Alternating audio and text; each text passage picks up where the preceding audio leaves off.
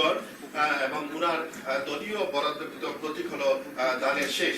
আমি জনাব মনিরুজ্জামান অথবা ওনার যদি উনার মনোনীত কেউ থাকে সেই প্রতীক গ্রহণ করার জন্য অনুরোধ করছি।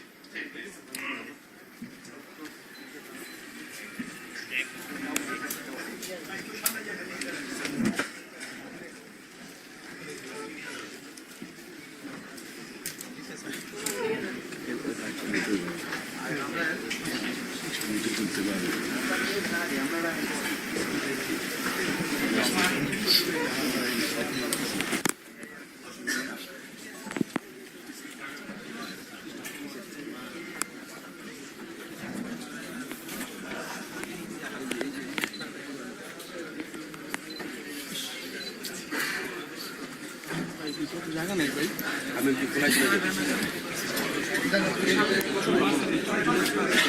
ভাইয়া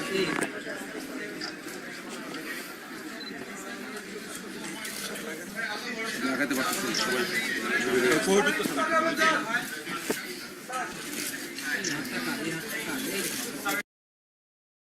গলায় গলা মিলিয়ে হাতে হাত মিলিয়ে লড়াই করতে হবে সেই দুষ্পন্দের বিরুদ্ধে যারা গণতন্ত্রকে নস্যাৎ করেছে, যারা মানুষের অধিকার হরণ করেছে, যারা মায়ের বুক খালি করেছে, বোনকে স্বামীহারা করেছে, তাদেরকে আজকে প্রতিহত করতে হবে। এই 30 তারিখে যদি আমরা পরাজিত হই তাহলে কত বছর পরাধীন থাকতে হবে, কত বছর বাড়ি ছেড়ে থাকতে হবে, কত মায়ের বুক খালি হবে, তার কোনো হিসাব কিন্তু আমরা মিলাতে পারবো না। তাই আগামী 20 দিন আমরা কষ্ট করব, আমরা ঘরে ফিরে যাব না, আমরা মা বোনদের কাছে যাব, সবাইকে ঐক্যবদ্ধ করে এই নির্বাচনে বিজয়ের জন্য আমাদের যা করা দরকার তাই আমরা করব। আমরা ঘরে বসে থাকবো না, আমরা কারো রক্তচক্ষু দেখে আমরা ভয় পাবো না, কোন ধমকে আমরা ভয় পাবো না। যারা লুটে পুটে খাচ্ছে এই দেশের মানুষের ধন সম্পদ, যারা অন্যের জমি গ্রাস করছে, যারা চাঁদাবাজি করছে, যারা মাদকের ব্যবসা করছে, তারা কিন্তু আপনাদের এই নির্বাচনের সময় ভয় দেখাবে, অন্যরকম কথা বলবে। তাদের কথায় আমরা যদি ভীত হই তাহলে হয়তো আমাদের শেষ রক্ষা হবে না। আমাদের প্রিয় নেতা তারেক রহমান, আমরা যেদিন ইন্টারভিউ দিতে যাই নমিনেশনের জন্য, দুলালো আমার সাথে ছিল, উনি বলতেছিলেন, প্রিয় নেতৃবৃন্দ, আপনাদের আগে অনেক ইন্টারভিউ দিতে এসে বলেছেন আমরা 6 মাস, 1 বছর, 1.5 বছর বাড়ি ঘরে যেতে পারি না। তারেক রহমান সেদিন বলেছিলেন, প্রিয় নেতৃবৃন্দ, আপনারা 1 বছর, 1.5 বছর তো বাড়ি যেতে পারেন না, আমার তো নিজের বাড়ি নাই, যেই বাড়িতে যেই ঘরে আমার জন্ম হয়েছে সেই ঘরে সরকার গুড়িয়ে দিয়েছে।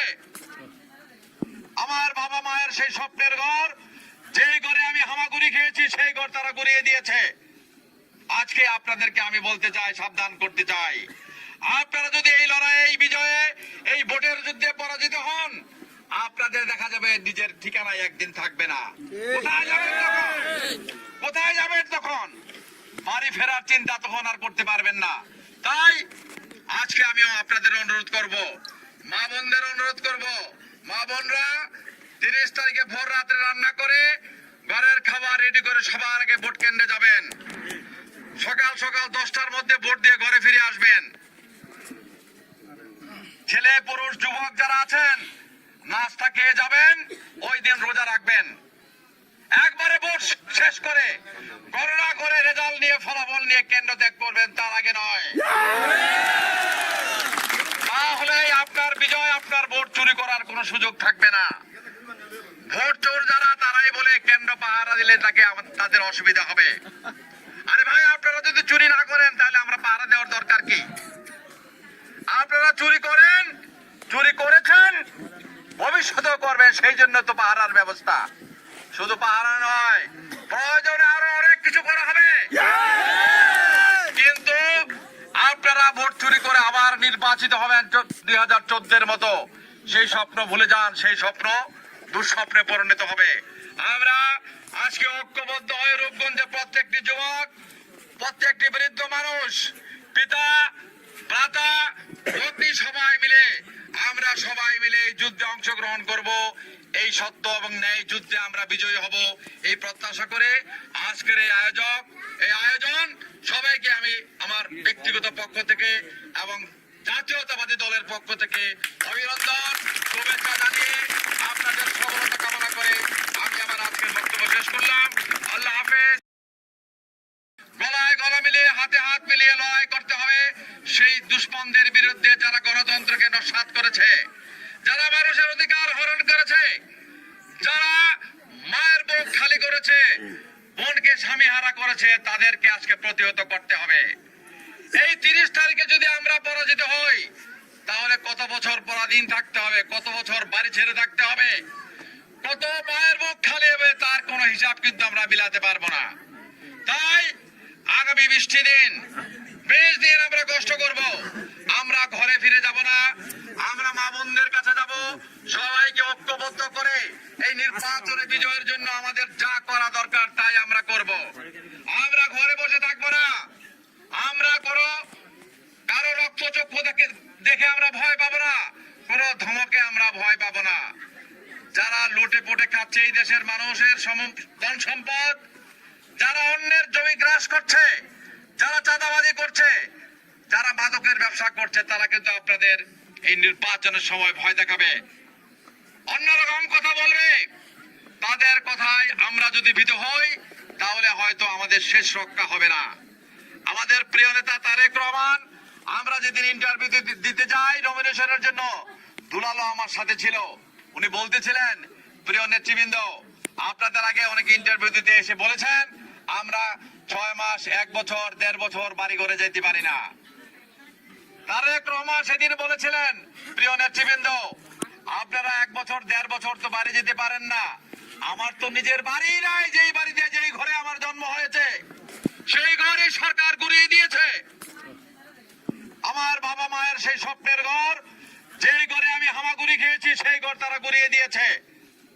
আজকে আপনাদেরকে আমি বলতে চাই, সাবধান করতে চাই, আপনারা যদি এই লড়াইয়ে, এই বিজয়ে, এই ভোটের যুদ্ধে পরাজিত হন, আপনাদের দেখা যাবে নিজের ঠিকানায় একদিন থাকবে না। কোথায় যাবেন তখন? কোথায় যাবেন তখন? বাড়ি ফেরার চিন্তা তখন আর করতে পারবেন না। তাই আজকে আমিও আপনাদের ওনাকে তাদের অসুবিধা হবে। আরে ভাই, আপনারা যদি চুরি না করেন তাহলে আমরা পাহারা দেওয়ার দরকার কি? আপনারা চুরি করেন, চুরি করেছেন, ভবিষ্যতেও করবেন, সেই জন্য তো পাহারার ব্যবস্থা। শুধু পাহারা নয়, প্রয়োজনে আরো অনেক কিছু করা হবে। কিন্তু আপনারা ভোট চুরি করে আবার নির্বাচিত হবেন 2014-এর মতো, সেই স্বপ্ন ভুলে যান, সেই স্বপ্ন দুঃস্বপ্নে পরিণত হবে। আমরা আজকে ঐক্যবদ্ধ হয়ে রূপগঞ্জে প্রত্যেকটি যুবক, প্রত্যেকটি বৃদ্ধ মানুষ, পিতা, ভ্রাতা, পত্নী, সবাই মিলে আমরা সবাই মিলে এই যুদ্ধে অংশগ্রহণ করব। এই সত্য এবং ন্যায় যুদ্ধে আমরা বিজয়ী হব, এই প্রত্যাশা করে আজকের এই আয়োজন সবাইকে আমি আমার ব্যক্তিগত পক্ষ থেকে এবং জাতীয়তাবাদী দলের পক্ষ থেকে অভিনন্দন, শুভেচ্ছা জানিয়ে আপনাদের সফলতা কামনা করে আমি আমার আজকের বক্তব্য শেষ করলাম। আল্লাহ হাফেজ।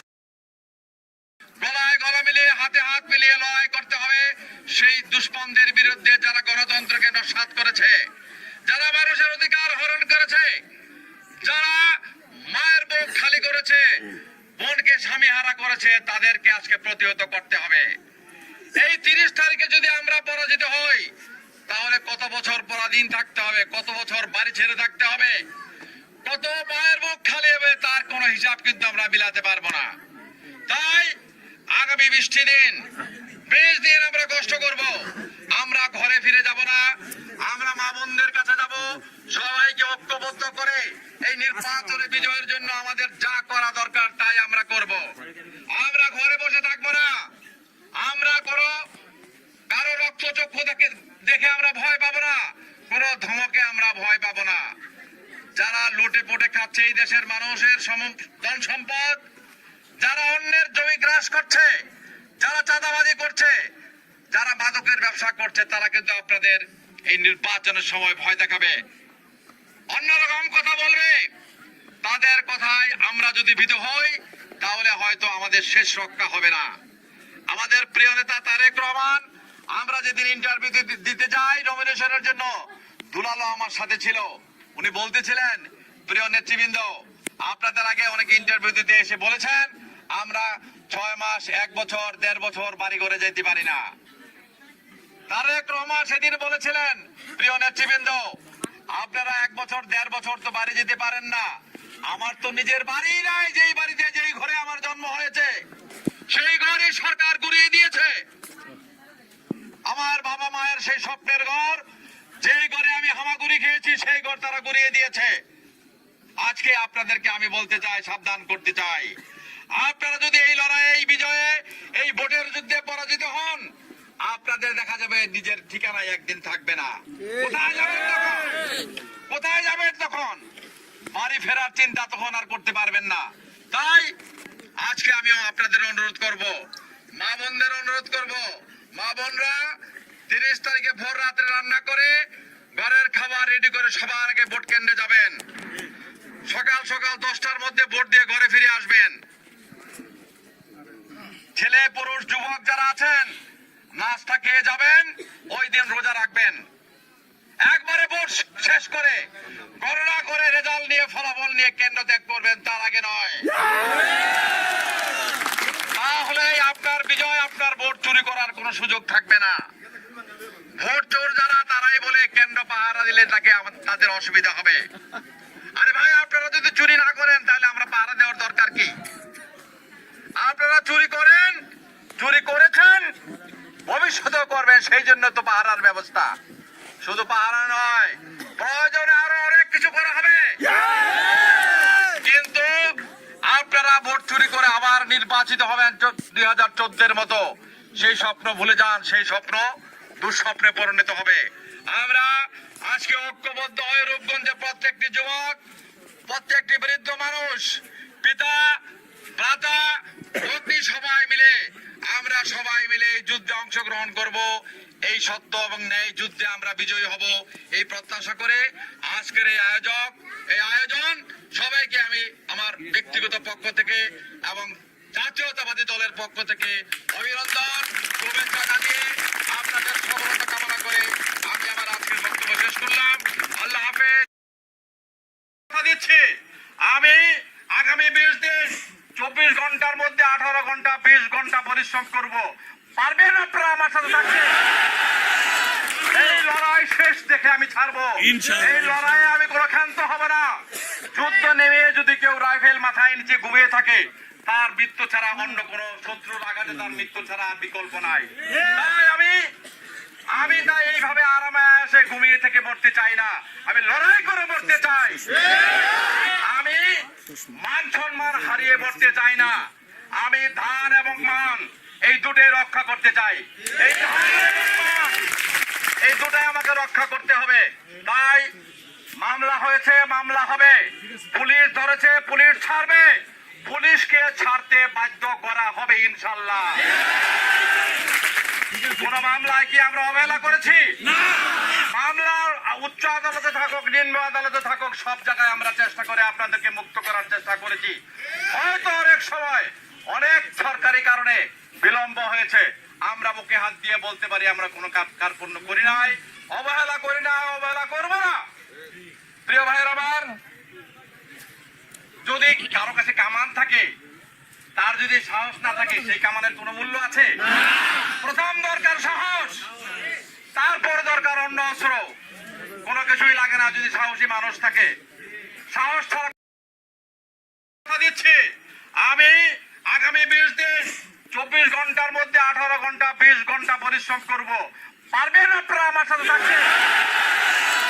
এই লড়াই শেষ দেখে আমি ছাড়বো। এই লড়াইয়ে আমি কোনো ক্ষান্ত হব না। যুদ্ধ নেমে যদি কেউ রাইফেল মাথায় নিচে ঘুমিয়ে থাকে, তার মৃত্যু ছাড়া অন্য কোনো শত্রুর আঘাতে তার মৃত্যু ছাড়া আর বিকল্প নাই। তাই আমি তাই এইভাবে আরামে এসে ঘুমিয়ে থেকে মরতে চাই না, আমি লড়াই করে মরতে চাই। আমি মান সম্মান হারিয়ে মরতে চাই না, আমি ধান এবং মান এই দুটোই রক্ষা করতে চাই। এই ধান এবং মান এই দুটাই আমাকে রক্ষা করতে হবে। তাই মামলা হয়েছে, মামলা হবে, পুলিশ ধরেছে, পুলিশ ছাড়বে, পুলিশকে ছাড়তে বাধ্য করা হবে ইনশাল্লাহ। কোন মামলায় কি আমরা অবহেলা করেছি? মামলার উচ্চ আদালতে থাকুক, নিম্ন আদালতে থাকুক, সব জায়গায় আমরা চেষ্টা করে আপনাদেরকে মুক্ত করার চেষ্টা করেছি। হয়তো অনেক সময় অনেক সরকারি কারণে বিলম্ব হয়েছে, আমরা বুকে হাত দিয়ে বলতে পারি আমরা কোনো কার্পণ্য করি নাই, অবহেলা করি না, অবহেলা করবো না। প্রিয় ভাইয়ের আমার, যদি কারো কাছে কামান থাকে, তার যদি সাহস না থাকে, সেই কামানের কোনো মূল্য আছে? প্রথম দরকার সাহস, তারপর দরকার অন্য অস্ত্র। কোনো কিছুই লাগে না যদি সাহসী মানুষ থাকে। সাহস ছাড়া কথা দিচ্ছি, আমি আগামী 20 দিন 24 ঘন্টার মধ্যে 18 ঘন্টা 20 ঘন্টা পরিশ্রম করব। পারবেন আপনারা আমার সাথে থাকতে? এই লড়াই শেষ দেখে আমি ছাড়বো। এই লড়াইয়ে আমি কোনো ক্ষান্ত হব না। যুদ্ধ নেমে যদি কেউ রাইফেল মাথায় নিচে ঘুমিয়ে থাকে, তার মৃত্যু ছাড়া অন্য কোন শত্রুর আঘাতে তার মৃত্যু ছাড়া আর বিকল্প নাই। তাই আমি তাই এইভাবে আরামে এসে ঘুমিয়ে থেকে মরতে চাই না, আমি লড়াই করে মরতে চাই। আমি মান সম্মান হারিয়ে মরতে চাই না, আমি ধান এবং মান এই দুটোই রক্ষা করতে চাই। এই ধান এবং মান এই দুটাই আমাকে রক্ষা করতে হবে। তাই মামলা হয়েছে, মামলা হবে, পুলিশ ধরেছে, পুলিশ ছাড়বে, পুলিশকে ছাড়তে বাধ্য করা হবে ইনশাল্লাহ। কোন মামলায় কি আমরা অবহেলা করেছি? মামলার উচ্চ আদালতে থাকুক, নিম্ন আদালতে থাকুক, সব জায়গায় আমরা চেষ্টা করে আপনাদেরকে মুক্ত করার চেষ্টা করেছি। হয়তো অনেক সময় অনেক সরকারি কারণে বিলম্ব হয়েছে, আমরা বুকে হাত দিয়ে বলতে পারি আমরা কোনো কার্পণ্য করি নাই, অবহেলা করি না, অবহেলা করবো না। প্রিয় ভাইয়ের আমার,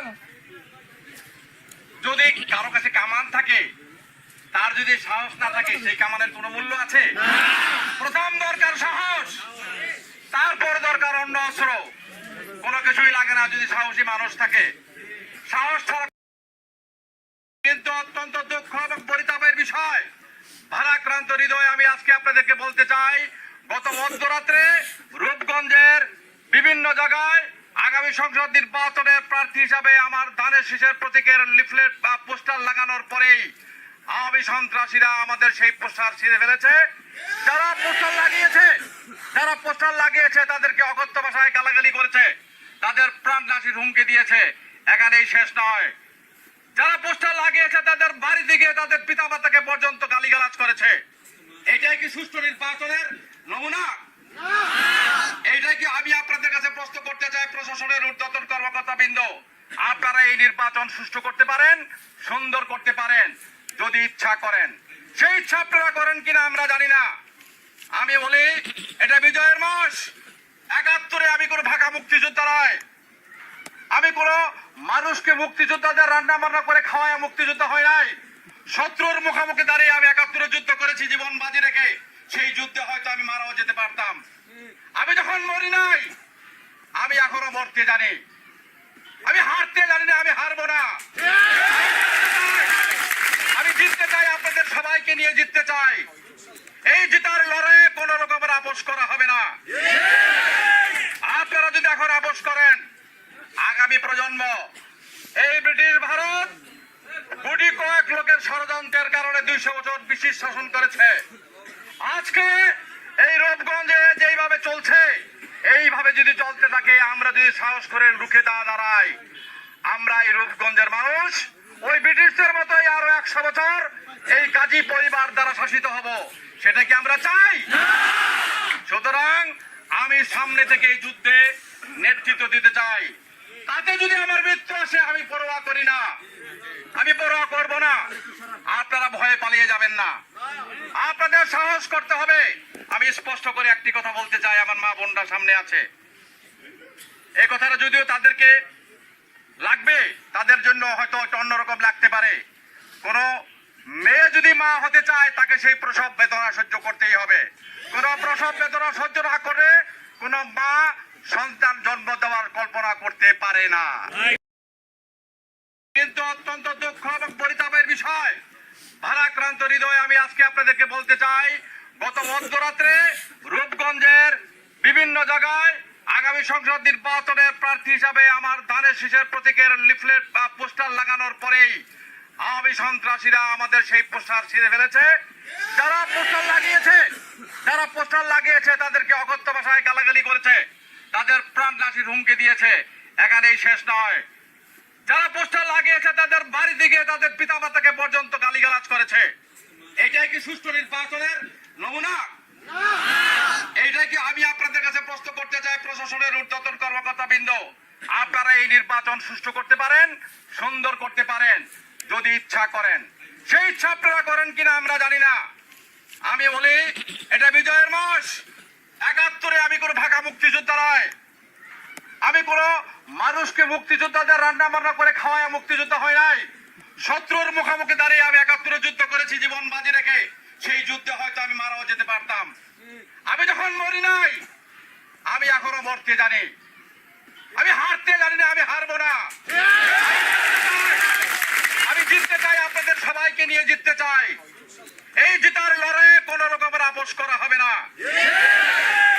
আপনারা যদি এখন আপোষ করেন, আগামী প্রজন্ম এই ব্রিটিশ ভারত গুটি কয়েক লোকের ষড়যন্ত্রের কারণে ২০০ বছর ব্রিটিশ শাসন করেছে। আজকে এই রূপগঞ্জে যেইভাবে চলছে, এইভাবে যদি চলতে থাকে, আমরা যদি সাহস করে রুখে দাঁড়াই, আমরা এই রূপগঞ্জের মানুষ ওই ব্রিটিশদের মতোই আরো ১০০ বছর এই গাজী পরিবার দ্বারা শাসিত হব। সেটা কি আমরা চাই? সুতরাং আমি সামনে থেকে এই যুদ্ধে নেতৃত্ব দিতে চাই। তাতে যদি আমার মৃত্যু আসে, আমি পরোয়া করি না, আমি পরোয়া করব না। আপনারা ভয়ে পালিয়ে যাবেন না, আপনাদের সাহস করতে হবে।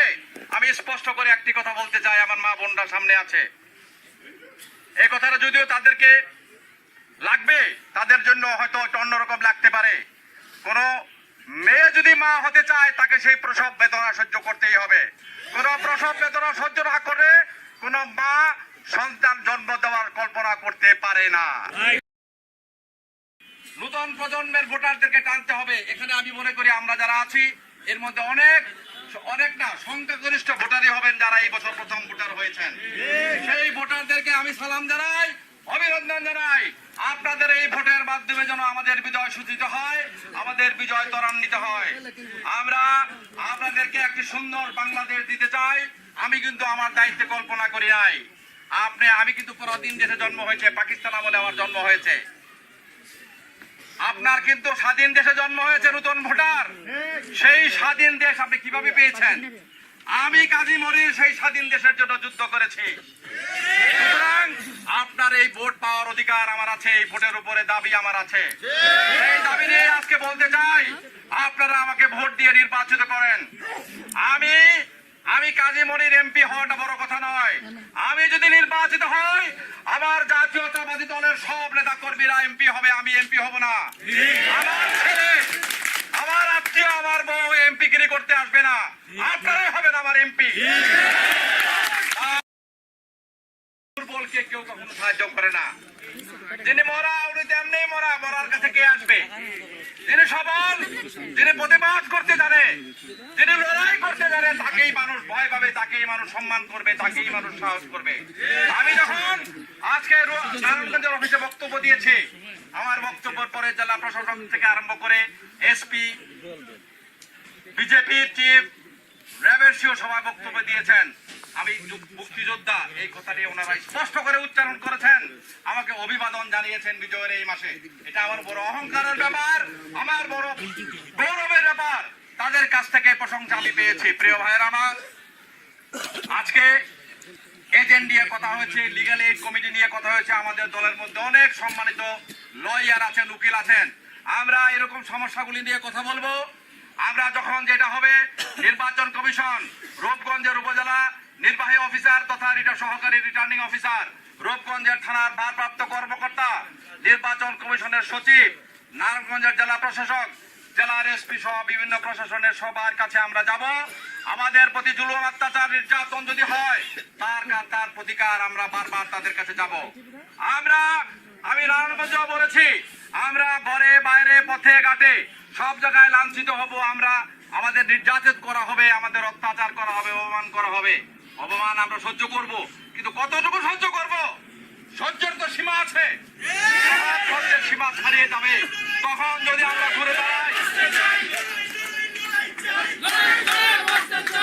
আমরা যদি ঘুরে দাঁড়াই, শান্তি বিঘ্নিত হবে, ভোটের পরিবেশ নষ্ট হবে। আমরা সেটা চাই না। আমরা চাই শান্তিপূর্ণ নির্বাচন, আমরা জনগণের অধিকারে বিশ্বাস করি, আমরা জনগণের ভোটে নির্বাচিত হব সেই বিশ্বাস আমাদের আছে। জোর করে আমরা সিল মেরে নির্বাচনে বিজয়ী হতে চাই না। আমাদের বিজয়, আমাদের শক্তি, আমাদের সাহস, আমাদের জনগণের সাথে সেই সম্পর্ক আমরা গড়েছি দীর্ঘ 10 বছরে। নির্যাতন, অত্যাচার, মামলা হামলা হয়েছে, কিন্তু জনগণকে ছেড়ে আমরা কখনো যাই নাই। তাই প্রিয় ভাইয়ের আমার, আর অনেক কথা বলার থাকে, দুর্বলকে কেউ কখনো সাহায্য করে না। যিনি মরা উনি তেমনি মরার কাছে কে আসবে? যিনি সবল, যিনি প্রতিবাদ করতে জানে, যিনি লড়াই করতে জানে, তাকেই মানুষ ভয় পাবে, তাকেই মানুষ সম্মান করবে, তাকেই মানুষ সাহস করবে। আমি যখন আজকে নারায়ণগঞ্জের অফিসে বক্তব্য দিয়েছি, আমার বক্তব্যের পরে জেলা প্রশাসক থেকে আরম্ভ করে এসপি, বিজেপি চিফ, র্যাবের সিও সবাই বক্তব্য দিয়েছেন। আমি মুক্তিযোদ্ধা এই কথাটি ওনারা স্পষ্ট করে উচ্চারণ করেছেন, আমাকে অভিবাদন জানিয়েছেন বিজয়ের এই মাসে। এটা আমার বড় অহংকারের ব্যাপার, আমার বড় গৌরবের ব্যাপার। তাদের কাছ থেকে প্রশংসা আমি পেয়েছি। প্রিয় ভাইয়েরা আমার, আজকে এজেন্ট নিয়ে কথা হয়েছে, লিগ্যাল এইড কমিটি নিয়ে কথা হয়েছে। আমাদের দলের মধ্যে অনেক সম্মানিত লয়ার আছেন, উকিল আছেন। আমরা এরকম সমস্যাগুলি নিয়ে কথা বলবো। আমরা যখন যেটা হবে, নির্বাচন কমিশন, রূপগঞ্জের উপজেলা নির্বাহী অফিসার তথা সহকারী রিটার্নিং অফিসার, রূপগঞ্জের থানার ভারপ্রাপ্ত কর্মকর্তা, নির্বাচন কমিশনের সচিব, নারায়ণগঞ্জের জেলা প্রশাসক, জেলার এসপি সহ বিভিন্ন প্রশাসনের সবার কাছে আমরা যাব। আমাদের প্রতি জুলুম, অত্যাচার, নির্যাতন যদি হয় তার প্রতিকার আমরা বারবার তাদের কাছে যাব। আমি নারায়ণগঞ্জ বলেছি, আমরা ঘরে বাইরে পথে ঘাটে সব জায়গায় লাঞ্ছিত হব। আমাদের নির্যাতন করা হবে, আমাদের অত্যাচার করা হবে, অপমান করা হবে। অপমান আমরা সহ্য করব, কিন্তু কতটুকু সহ্য করব? সহ্যের তো সীমা আছে। সহ্যের সীমা ছাড়িয়ে যাবে তখন যদি আমরা ঘুরে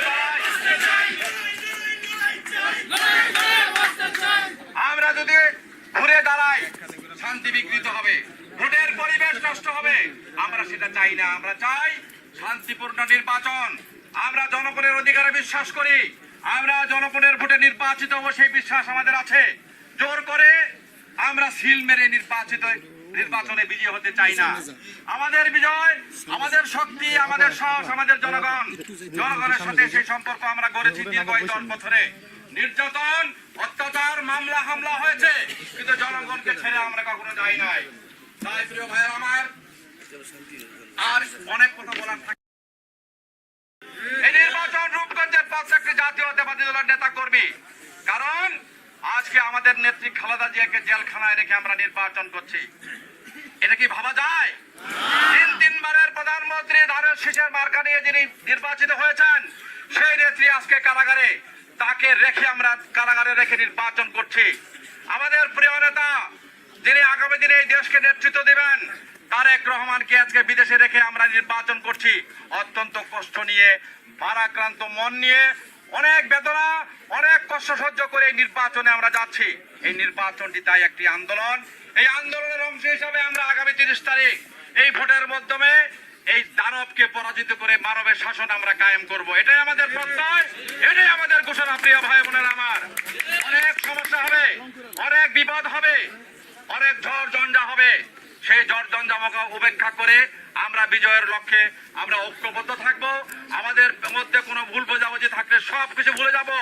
এই 20 দিন আমরা ভাই বোন, আত্মীয় স্বজন, আমরা প্রত্যেকটি মানুষকে আমরা আমাদের এই ভোটের জন্য দাওয়াত দিব।